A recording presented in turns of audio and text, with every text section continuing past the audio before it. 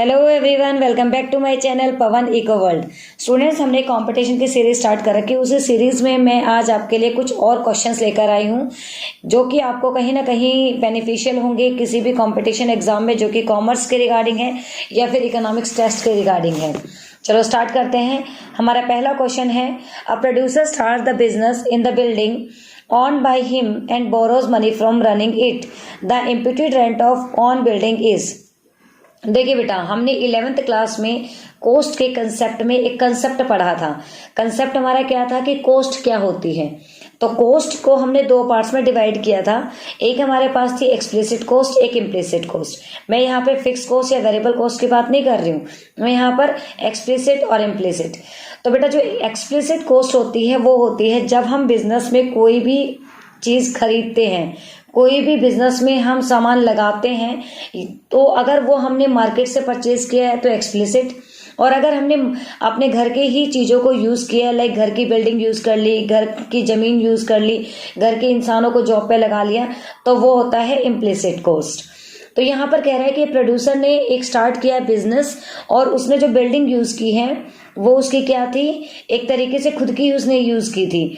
तो जो यहाँ पे जो बिल्डिंग है उसकी इम्प्यूटेड वैल्यू क्या होगी, दैट इज इम्प्लिसिट कोस्ट। क्यों? क्योंकि उसने बेशक बाजार से पैसा उठाया, यहाँ पे बाजार से पैसे की तो बात हो ही नहीं रही, तो वो तो एक्सप्लिसिट में आ जाता। बट यहाँ पे बिल्डिंग की बात हो रही है, तो बिल्डिंग कैसी है, उसकी खुद की है जो उसने बिजनेस में यूज की है, तो ये क्या हो जाएगी, इम्प्लिसिट कोस्ट। मतलब इसका आंसर जाएगा ऑप्शन नंबर 2, इम्प्लिसिट कोस्ट। चलते हैं नेक्स्ट क्वेश्चन की तरफ। When percentage change in quantity demanded is equal to the percentage change in the price, then demand for a such commodity is said to be। बेटा, ये कह रहा है कि जब परसेंटेज चेंज क्वांटिटी डिमांडेड में होता है और उसके इक्वल ही प्राइस में चेंज होता है, तो इस तरीके की कमोडिटी को हम क्या बोलेंगे, मतलब उसकी जो नेचर है वो कैसा होगा। तो जब इतना ही परसेंटेज चेंज क्वांटिटी डिमांडेड में हो, इतना ही प्राइस में हो, मतलब प्राइस के रिस्पॉन्स में क्वांटिटी डिमांडेड सेम चेंज हो, तो हम ऐसे को बोलते हैं यूनिटरी इलास्टिक। तो इसका ऑप्शन जाएगा सी, या बोले तो थर्ड ऑप्शन जाएगा। Next question is, identify the correctly match item column A to the column B. Column A और बी दो हमारे पास दिए गए हैं, हमें उनको मैच करना है कि कौन सा इनमें से करेक्ट है। तो यहाँ पे हम जो एक तरीके से ऑप्शंस को एलिमिनेट करने वाला है वो लगा कर देखते हैं। Welfare of the people, social welfare. देखिए बेटा, ये कह रहा है कि welfare of the people, social welfare. हाँ, ये बात बिल्कुल सही है कि वेलफेयर ऑफ द पीपल जो है वो सोशल वेलफेयर होता है। बट यहाँ पे मतलब इतना नहीं है कि ये क्वेश्चन आपके लिए मतलब ये ऑप्शन सही जाए। हम एक बार सेकंड पे चलते हैं। Total of economic non economic welfare equal to economic welfare, ये तो बिल्कुल ही गलत है। इकोनॉमिक के साथ में नॉन इकोनॉमिक कैसे आ गया। फिर आता है option number third, benefit of harms of an activity cause by firm, ये आता है एक्सटर्नलिटी। बेटा, ये ऑप्शन बिल्कुल सही है। तो यहाँ से चलते हैं फोर्थ क्वेश्चन ऑप्शन की तरफ, material wellbeing of the people, real GDP नहीं। तो देखिए बेटा, welfare of the people, social welfare, ये तो मतलब सही है बट इतना सही नहीं है। तो जो ऑप्शन नंबर थर्ड है वो बिल्कुल सही है, क्योंकि ये एक्सटर्नलिटीज होती हैं, पॉजिटिव भी होती हैं और नेगेटिव भी होती हैं, और यहाँ हार्म हो रहा है तो ऑब्वियसली बात है ये एक तरीके से नेगेटिव एक्सटर्नलिटी को शो करता है। That means option number third ये बिल्कुल सही जाएगा। क्वेश्चन जो नेक्स्ट है, under monopoly price elasticity of demand is. Monopoly, अब देखिए मार्केट जो है वो चार टाइप के होते हैं। मोनोपोली मार्केट जिसमें सिंगल सेलर होता है, बायर बहुत ज्यादा होते हैं, प्राइस के ऊपर सेलर का पूरा कंट्रोल रहता है। नंबर 2 मोनोपोलिस्टिक मार्केट जिसमें डिफरेंशिएट होते हैं, प्रोडक्ट अलग अलग टाइप के होते हैं, जिस तरीके का मार्केट हम मार्केट रोज देखते हैं। नेक्स्ट आता है हमारे पास में परफेक्ट कंपटीशन मार्केट, जहाँ पे होमोजीनियस प्रोडक्ट होते हैं, बहुत सारे सेलर बहुत सारे बायर होते हैं। नेक्स्ट आता है ओलिगोपोली मार्केट, जो कि जहाँ पे फर्में बहुत बड़ी होती हैं बट बहुत थोड़ी मिलेंगी आपको। तो इस तरीके के चार मार्केट को जो है वो बांटा गया है। तो यहाँ पे पूछा गया है कि मोनोपोली, जहाँ पे सिंगल सेलर होता है, बायर बहुत ज़्यादा होते हैं, वहाँ पे प्राइस एलास्टिसिटी ऑफ डिमांड कैसे होती है। ऑब्वियसली बात कैसे मिलेगी, लेस देन 1 मिलेगी। क्यों? क्योंकि पूरी कमांड किसके पास होती है, मोनोपोली के जो प्रोड्यूसर है उसके पास होती है। तो इसका ऑप्शन जाएगा 1। क्वेश्चन नंबर नेक्स्ट है हमारा, identify the correctly match pair of column A to the column B.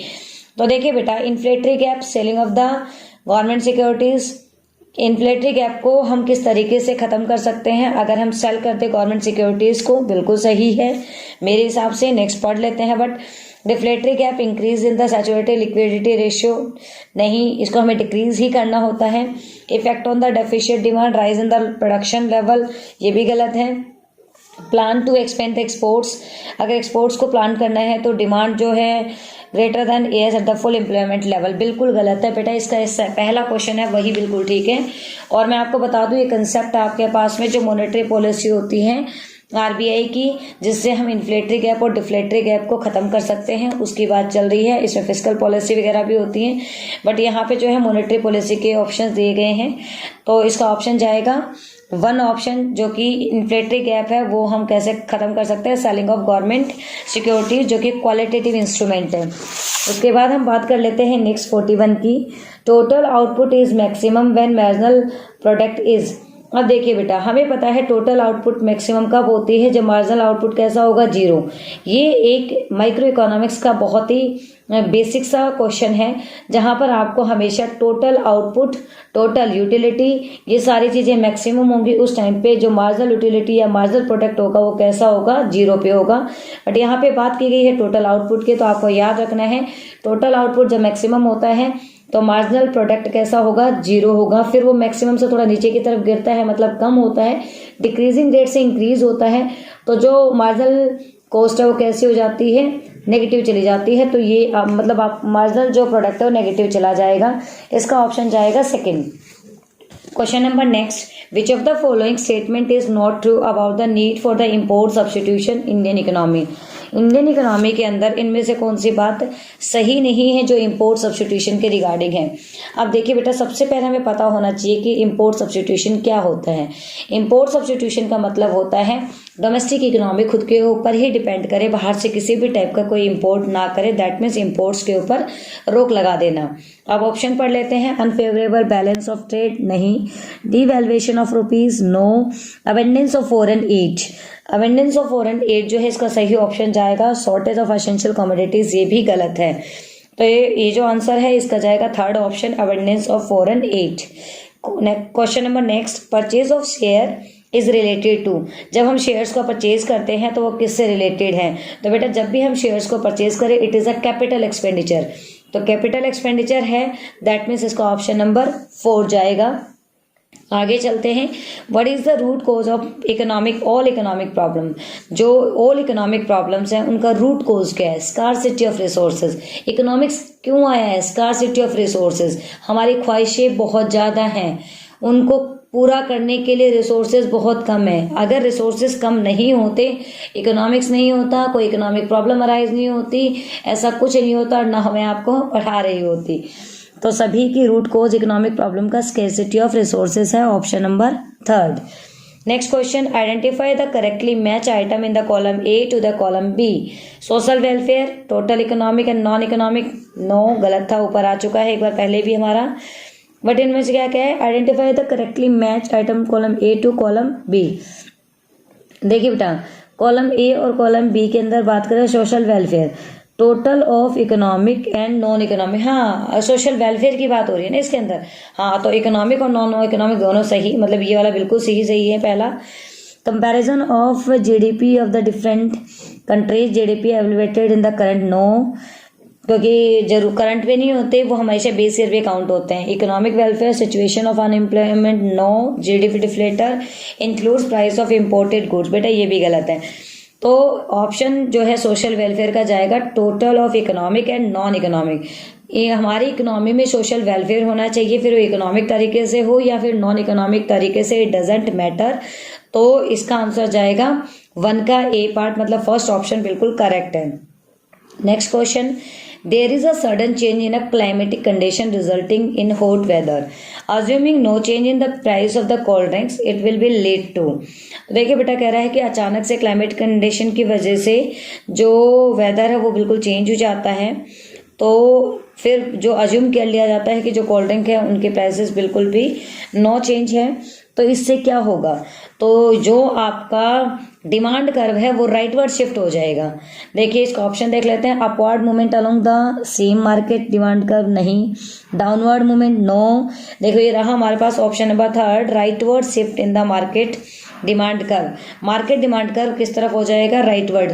Obviously बात है, हमारा जो वेदर है वो कैसा हो गया, हॉट हो गया। और हॉट वेदर में चीज़ें कैसी पसंद होती हैं, ठंडी। और ठंडी चीज़ें हैं, पहले भी 60 रुपीज़ की बोतल आती थी, आज भी 60 रुपीज़ की बोतल आ रही है। मौसम चेंज हो गया तो हम 60 रुपीज़ की बोतल होते हुए भी जो कोल्ड ड्रिंक है वो ज़्यादा खरीदेंगे। तो इस तरीके से जब हम किसी चीज़ को ज़्यादा खरीदते हैं तो जो डिमांड कर्व है वो आगे की तरफ शिफ्ट हो जाता है। तो इसका ऑप्शन जाएगा थर्ड। देखिए बेटा, जितने भी क्वेश्चन मैंने आपको करवाए हैं ये मिक्सअप क्वेश्चन है, माइक्रो के भी हैं, मैक्रो के भी हैं। और इन क्वेश्चंस को मैंने इकट्ठा इसलिए लिया है क्योंकि ये क्वेश्चंस आपको कहीं ना कहीं CUT में बहुत ज़्यादा हेल्प करने वाले हैं।